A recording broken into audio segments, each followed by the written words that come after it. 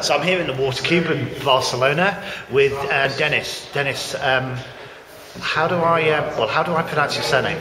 Mwanza. Mwanza. Can you show me your badge just quickly? Great. So, Dennis, you're based in Nairobi. Yes, I am. You're here at the Guapa Global Congress in Barcelona. Yes, that's right. So, what do you do and why are you here? Well, first and foremost, I work for a program which is known as Sustainable Water and Sanitation in Africa, where we're promoting reforms in the way that we manage urban water services in terms of institutional arrangements, regulation, tariff, and also promoting principles of cost recovery. We're also promoting the principles of water operators partnerships, because we know that we can learn a lot on a peer-to-peer situation.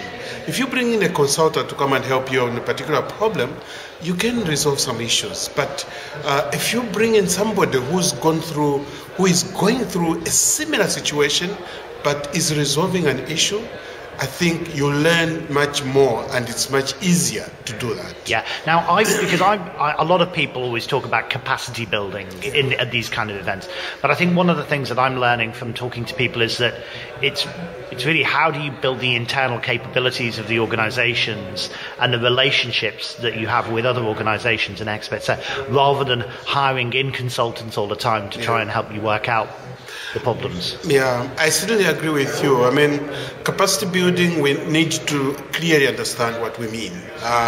Obviously, we need to assess what is the problem at the moment.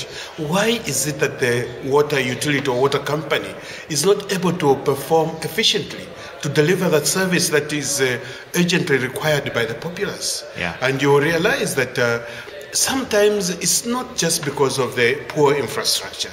It's usually because of the human resource, which may not have the right skill mix, the right capacity to perform efficiently. Yeah. So can you give me kind of examples of the sort of skills that you need that sometimes aren't there? Well, by the way, this thing it's a combination of so many factors. We are working in Nigeria right now, and I must say that Nigeria, as you might know, is basically a powerhouse for Africa. I mean, it's so rich, but I always get disappointed. You get to Nigeria, you get to Port Harcourt, you get to Bauchi, you get to all sorts of states, and you find that very few people have access to water, piped water supply. And you ask yourself why, and you do an internal review, you find that first and foremost, the state government is the one which is paying salaries to employees. Obviously, that means that it's civil service salaries. The young guys, when they graduate, will not easily get attracted to get into government, because they know, wow, how much will I get out of this? So in the end, you will find that the gap in terms of capacities is quite huge. So if I was to give you an example, it's the situation in Nigeria. I must say, by the way, that the state governments, because it's a federal system, each state government has recognized the problem and are doing a lot in terms of reforming, in terms of building capacity of the people that are working there. Just in a week's time, we're actually doing a capacity building or a training on human resources in about 8 state water boards. Yeah. And we hope that with this kind of support, we can manage to improve. So it's about managing people better and motivating them in different ways. And I always talk about shared vision. Yeah. I believe that first and foremost, each and every person that is in a utility must have that shared vision.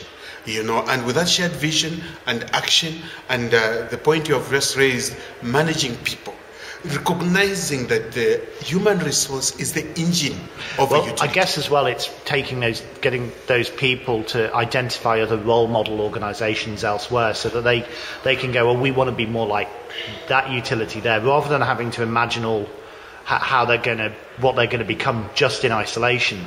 Well, it's easier when they can look to other. Well, isn't examples. That one of the principles of the water operators partnership? Yeah. It's to basically model yourself, or at least work towards a better performing utility.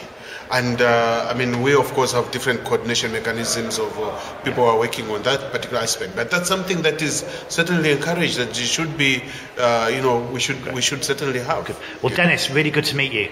And I hope you enjoy the rest of the event. Thanks. Thank you very much Thanks. for the opportunity.